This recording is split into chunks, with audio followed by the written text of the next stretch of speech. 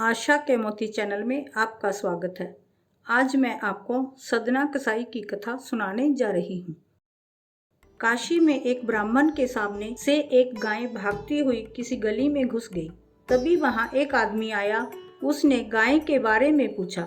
पंडित जी माला फेर रहे थे, इसलिए कुछ बोला नहीं, बस हाथ से उस गली की तरफ इशारा कर दिया जिधर गाय गई थी।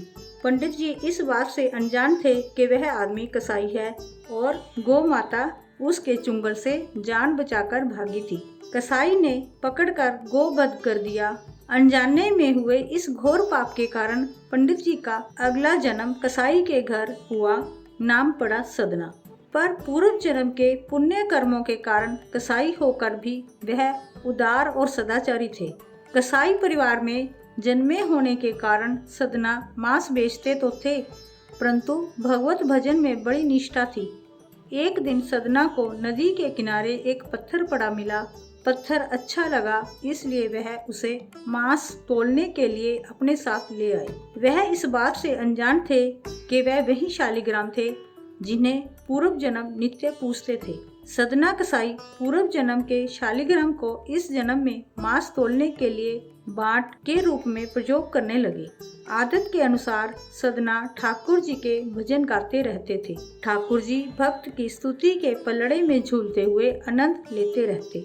बाट का कमाल ऐसा था कि चाहे आधा किलो तोलना हो, 1 किलो या 2 किलो, सारा वजन उससे पक्का हो जाता। एक दिन सदना की दुकान के सामने से एक ब्राह्मण निकले। उनकी नज़र बाट पर पड़ी तो सदना के पास आए और शालिग्राम को अपवित्र करने के लिए फटकारा। उन्होंने कहा, मूर्ख, जिसे पत्थर समझकर मांस तोल रहे हो, वे शालिग्राम भगवान हैं।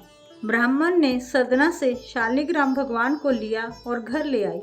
गंगा जल से नहलाया, धूप दीप चंदन से पूजा की।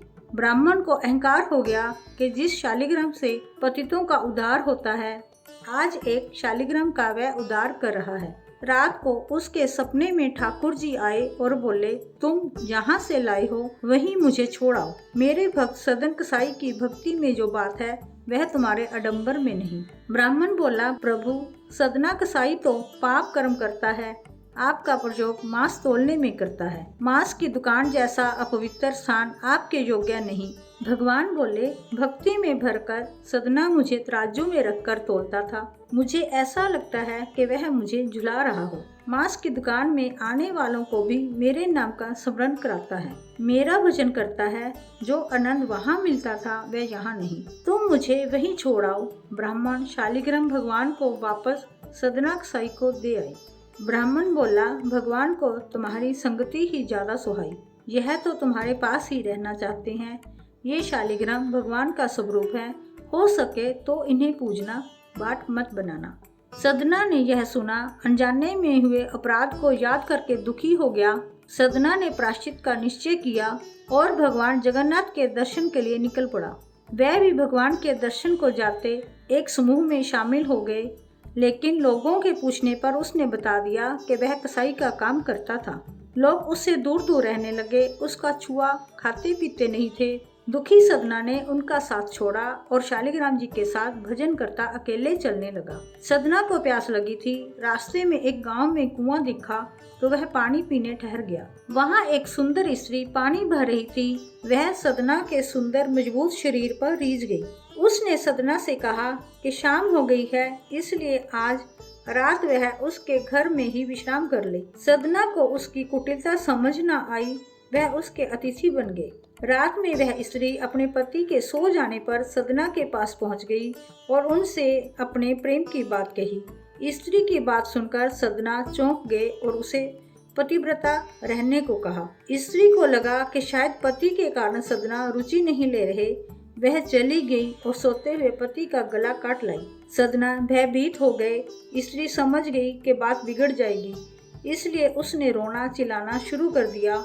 पड़ोसियों से कह दिया कि इस यात्री को घर में जगह दी थी, चोरी की नीयत से इसने मेरे पति का गला काट दिया। सदना को पकड़कर न्यायाधीश के सामने पेश किया गया। न्यायाधीश ने सदना को देखा तो ताड़ गए कि यह हत्यारा नहीं हो सकता। उन्होंने बार बार सदना से सारी बात पूछी। सदना को लगता था यदि वह प्यास से व्याकुल गांव में ना पहुंचते तो हत्या ना होती। वह स्वयं को ही इसके लिए दोषी मानते थे, अतः वह मौन ही रहे। न्यायाधीश ने राजा को बताया कि एक आदमी अपराधी है नहीं, पर चुप रहकर एक तरह से अपराध की मौन स्वीकृति दे रहा है। इसे क्या दंड दिया जाना चाहिए? राजा ने कहा, यदि वह प्रतिवाद नहीं करता तो दंड अनिवार्य है, अन्यथा प्रजा में गलत संदेश जाएगा कि अपराधी को दंड नहीं मिला।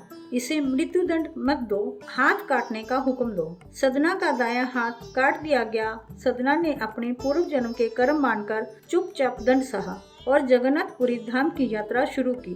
धाम के निकट पहुँचे तो भगवान ने अपने सेवक राजा को प्रिय भक्त सदना कसाई की सम्मान से अगवानी का आदेश दिया। प्रभु आज्ञा से राजा गाजे वाजे लेकर अगवानी को आया। सदना ने यह सम्मान स्वीकार नहीं किया तो स्वयं ठाकुर जी ने दर्शन दिए, उन्हें सारी बात सुनाई। तुम पूर्व जन्म में ब्राह्मण थे, तुमने संकेत से एक कसाई को गाय का पता बताया था। तुम्हारे कारण जिस गाय की जान गई थी वही स्त्री बनी है।